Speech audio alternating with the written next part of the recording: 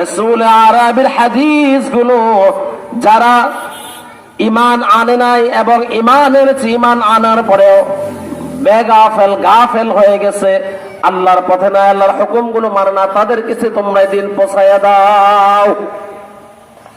অর্থাৎ নবীর হাদিসগুলো বাল্লিগু আন্নি ওয়ালাউ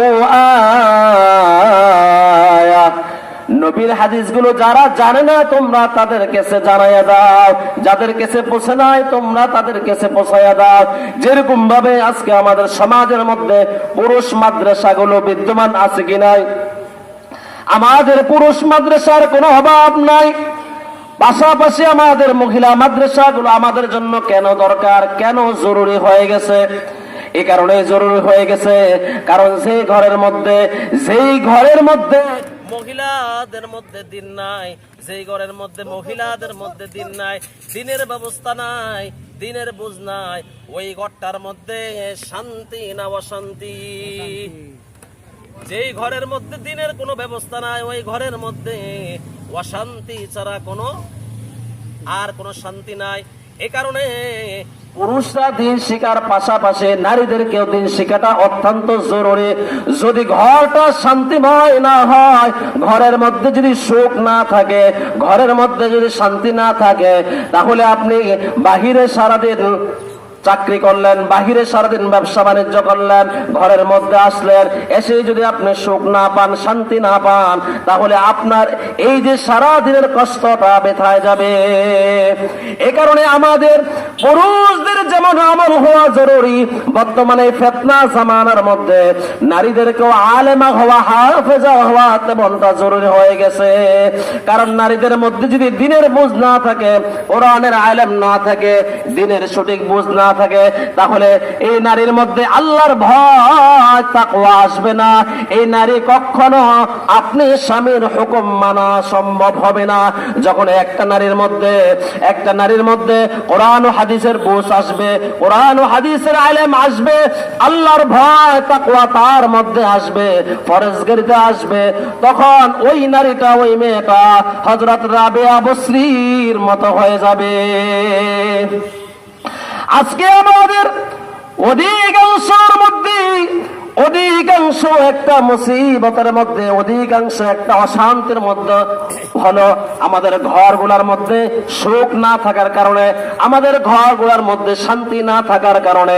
আমরা যদি আমাদের ঘরের মধ্যে শান্তি ফিরত চাই, আমরা যদি আমাদের দাম্পত্য জীবনটা সুখময় চাই, আমরা যদি চাই আমাদের ঘরগুলো জান্নাতের টুকরা হয়ে যায়, সুখ শান্তির দ্বারা ভরপুর থাকে, তাহলে আমাদের প্রথমে যে কাজটা করতে হবে সেই কাজটা হলো এরকম দারুল উলুম কওমি মহিলা মাদ্রাসার মতো আশেপাশে যতগুলো মাদ্রাসা আছে, আমার যেই মাদ্রাসা পছন্দ হয়, ভালো হয়, ওই মাদ্রাসার মধ্যে আপনার মেয়েকে আপনি ভর্তি করিয়ে দেন।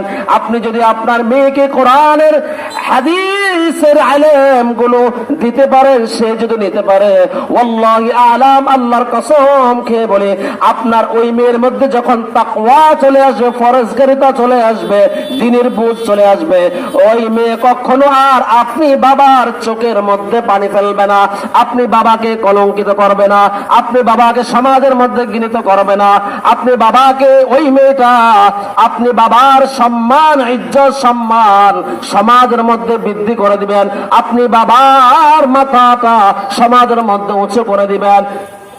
এক সাহাবী নুজহাতুল মাজালিসের মধ্যে ওয়াকিয়াটা সুন্দর করে বর্ণনা করা আছে।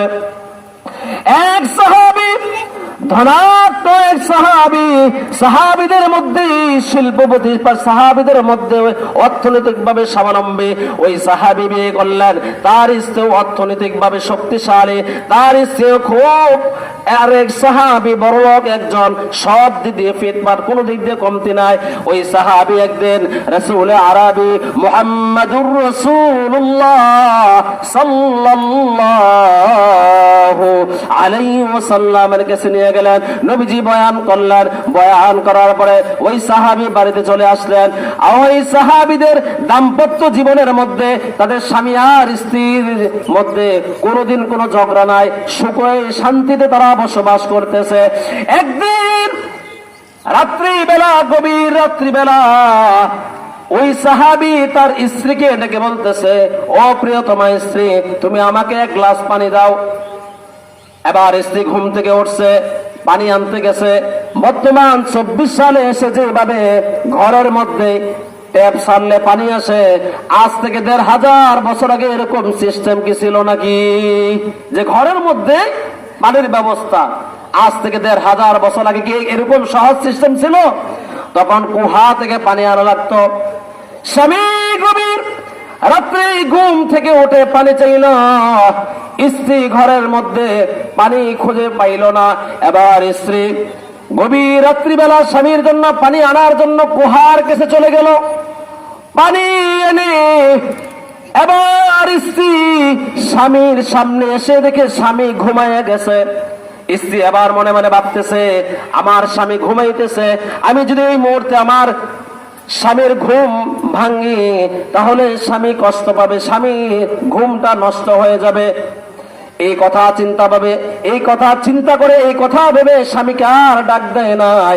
স্ত্রী সারা রাত ওই পানির গ্লাস নিয়ে দাঁড়িয়ে আছে। আল্লাহু আকবার! এরকম স্ত্রী এই যুগে এখন পাইবেন? ভাবেন যদি তার মধ্যে আমরা ইলম, কোরআন ও হাদিসের ইলম ঢুকিয়ে দিতে পারি, যদি আমরা তাকে ফরজগার বানাইতে পারি, ফরজগারিতা বানাইতে পারি, যদি আমরা এরকম দারুল উলুম কওমি মহিলা মাদ্রাসার মতো মাদ্রাসার মধ্যে ভর্তি করাইয়া তাকে আল্লাহর ভয় তাকওয়া ঢুকাইতে পারি, আলেমা হাফেজা বানাইতে পারি, তাহলে এরকম হওয়া সম্ভব। তখন স্বামী ফজরের আজান দিল, মুয়াজ্জিন সাহেব আসসালাতু খায়রুম মিনান নাওম। স্বামীর ঘুম ভেঙে গেল।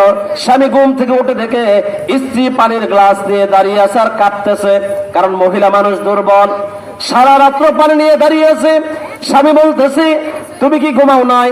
বলে, প্রিয়তম স্বামী আমার, আপনি পানি চাইলেন, আমি পানি আনতে আনতে আইসা দিকে আপনি ঘুমায় গেছেন। চিন্তা করলাম আপনার এই ঘুম ভাঙলে আপনি কষ্ট পাবেন, আপনার ঘুম আর নাও আসতে পারে, এ কারণে আমি পানি নিয়ে দাঁড়িয়েছি, আমি ঘুমাই নাই। কখন আবার আপনি পানির জন্য ঘুম ভাঙে, কখন আবার আপনার তৃষ্ণা লাগে, এ কথা ভেবে আমি আর আপনাকে ঘুম থেকে জাগাই নাই। স্বামী বড্ড খুশি হয়ে গেছে, আমার স্ত্রী আমাকে এত ভালোবাসে, এত মহাব্বত করে, সারা রাত্র ঘুমাই নাই, পানির গ্লাস নিয়ে দাঁড়িয়ে আছে। এবার খুশি হয়ে স্বামী বলতেছে, ও আমার প্রিয়তমা স্ত্রী, আমি তোমার প্রতি 100 100 একদম 100 100% তোমার প্রতি আমি রাজি খুশি হয়ে গেছি, সন্তুষ্ট হয়ে গেছি। তুমি আমার কাছে আজকে এমন কিছু চাও, আমি তোমাকে সব কিছু দিব। তুমি আমার কাছে চাও, আমি তোমার সব অপূর্ণতাকে পূর্ণতা করে দিব। এবার স্ত্রী বলতেছে, আপনি কি বুঝে শুনে বলতেছেন? আমি যা চাইবো আপনি তাই দিবেন। স্বামী বলতেছে, হ্যাঁ, তুমি আমার জন্য এতটুক কোরবানি করলা, এতটুক ত্যাগ করলা, আমি তোমার প্রতি সন্তুষ্টি, তুমি আমার কাছে যা চাইবা আমি তোমাকে তাই দেব। স্ত্রী বলতেছে, আপনি ভেবে চিন্তে বলেন। বলে, হ্যাঁ, আমি তোমাকে তাই দেব। এবার স্বামী মুস্কি এসে দিয়ে বলল, ও প্রিয়তমা স্ত্রী, বলো তুমি কি চাও?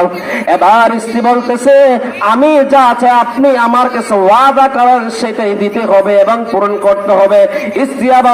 স্বামী আবার মুস্কি হাসি দিয়ে বলে, তুমি বলে দেখো, আমি তোমাকে দেওয়ার জন্য প্রস্তুত। স্ত্রী বলতেছে, তাহলে আমি আপনার কাছে তালাক চাই।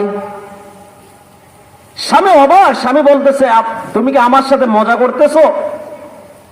বলে, না না, আমি আপনার সাথে মজা করি না, আমি আপনার সাথে দুষ্টামি করি না, আমি আপনার কাছে তালাক চাই। স্বামীর মাথা ঘুরে গেছে, কি বলো?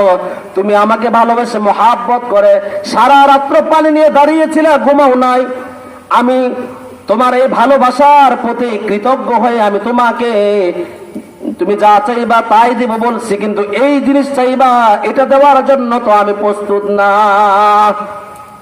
স্ত্রী বলতেছে, আপনি ওয়াদা করছেন আমি যা চাইবো আপনি তাই দিবেন, আমি আপনার কাছে তালাক চাই, আপনি আমাকে তালাক দিতে হবে। এবার বেচারা বিপদে পড়ে গেছে, বলতেছে, কি বলো এটা? সারা রাত্র কোনোভাবে বুঝাইয়া টুজাইয়া মানতে পারে না। নাসর বান্দি বলতেছে, আমি আমার আলোচনা দিতে আনতেছি, সময় শেষ, অনেক লম্বা ওয়াকিয়া তো আমি সংক্ষিপ্ত করে দিতেছি 2 মিনিটের মধ্যে। স্ত্রী নাসর বান্দি বলতেছে, না, আমি তালাক চাই, আপনি বলছেন আমি যা চাই আপনি আমাকে তাই দিবেন। এবার স্বামী বলতেছে ঠিক আছে, আমরা সকালবেলা ফজরের নামাজ পড়ে নবীজির কাছে যাব, নবীজি যে ফয়সালা দিবেন, যে রায় দিবে সেটাই মানব। এবার স্ত্রী রাজি হয়েছে, ফজরের নামাজ পড়ল। আমি সংক্ষেপ করে ইতি টানতেছি, আমার আলোচনা ছেড়ে দিচ্ছি। এবার ফজরের পরে স্বামী স্ত্রী নবীজির দরবারে যায়। যাওয়ার পথে রাস্তার মধ্যে হঠাৎ করে একটি পাথরের সাথে ধাক্কা লাগে, স্বামীর পাওটা ভেঙে যায়, স্বামীর পাওটা কেটে যায়, স্বামীর পাও দিয়ে রক্ত অনবরত বাইর হইতেছে। এবার স্ত্রী তার অন্যটা দিয়ে স্বামীর পাওটা যেই দিক দিয়ে কাটছে ওই কাটা জায়গাটা রক্ত বন্ধ করছে। রক্ত বন্ধ করার পরে বলে চলেন আমরা বাড়িতে ফিরে যাই। স্বামী বলে না, ওই সাহাবী বলে না, চলো আমরা আল্লাহ রাসূলের দরবারে যাই, আজকে আমরা ফয়সালা নিয়ে আসবো। স্ত্রী বলে আর যাওয়া লাগবে না, চলেন আমরা বাড়িতে ফিরে যাই। এবার স্বামী বলতেছে, ওই সাহাবী বলতেছে, তোমার এই কথার কোনো আগামাতা রহস্য খুঁজে পাইলাম না। তুমি সারা রাত্র আমাকে ঘুমাইতে দেও নাই, তুমি ফজরের পর থেকে আমাকে ঘুমাইতে দেও নাই, তালাক নেওয়ার জন্য তুমি এত পেরেশানি হয়ে গেছো, আর এখন বলতেছে তোমার আল্লাহ রাসূলের দরবারে যাওয়ার দরকার নাই, ফয়সালা নেওয়ার দরকার নাই, সমাধান নেওয়ার দরকার নাই। ঘটনা কি? বলতেছে ওই যে আরো কিছুদিন আগে আমরা রাসূল আরবি মুহাম্মদুর রাসূলুল্লাহ সাল্লাল্লাহু আলাইহি ওয়াসাল্লামের দরবারে গেছিলাম। নবীজি একটা হাদিস বলছিলেন, যেই ঘরের মধ্যে যেই মানুষকে আল্লাহ তাআলা পছন্দ করেন, মায়া করেন, মুহাব্বত করেন, ভালোবাসেন, আল্লাহ তাআলা তাকে ঈমানে পরীক্ষা দেন। আমি আপনার সাথে বিবাহ হওয়ার পরে, আমি আপনার সাথে সংসার করার পরে আজও পর্যন্ত কোনোদিন দেখি নাই আমাদের ঘরের মধ্যে অভাব আসছে, অনটন আসছে, আজও কোনোদিন দেখি নাই আমাদের এই ঘরের মধ্যে অশান্তি আসছে। এই কারণে আমি ভাবলাম আল্লাহ হয়তো আপনার প্রতি রাজি সন্তুষ্টি নাই, এই কারণে আমি সিদ্ধান্ত নিলাম আমি আপনার থেকে তালাক নেব। যেহেতু আমরা নবীজির কাছে ফয়সালা নেওয়ার পথে আপনার উপরে একটা মুসিবত আসছে, এই মুসিবতটাই বোঝা গেল আল্লাহ আপনাকে পছন্দ করেন। আর যদি আমরা আমাদের মেয়েদেরকে দিনের বুঝগুলো শিখাইতে পারতাম, তাহলে আমাদের ঘরগুলো শান্তিতে ভরপুর হয়ে যেত। আল্লাহ তাআলা আমাদেরকে কথাগুলো বোঝার এবং মানার আমল করার তৌফিক দান করুন। সকলে আমিন। ওয়া আখিরু দাওয়ানা আলহামদুলিল্লাহি রাব্বিল আলামিন। আসসালামু আলাইকুম ওয়া রাহমাতুল্লাহি ওয়া বারাকাতুহু।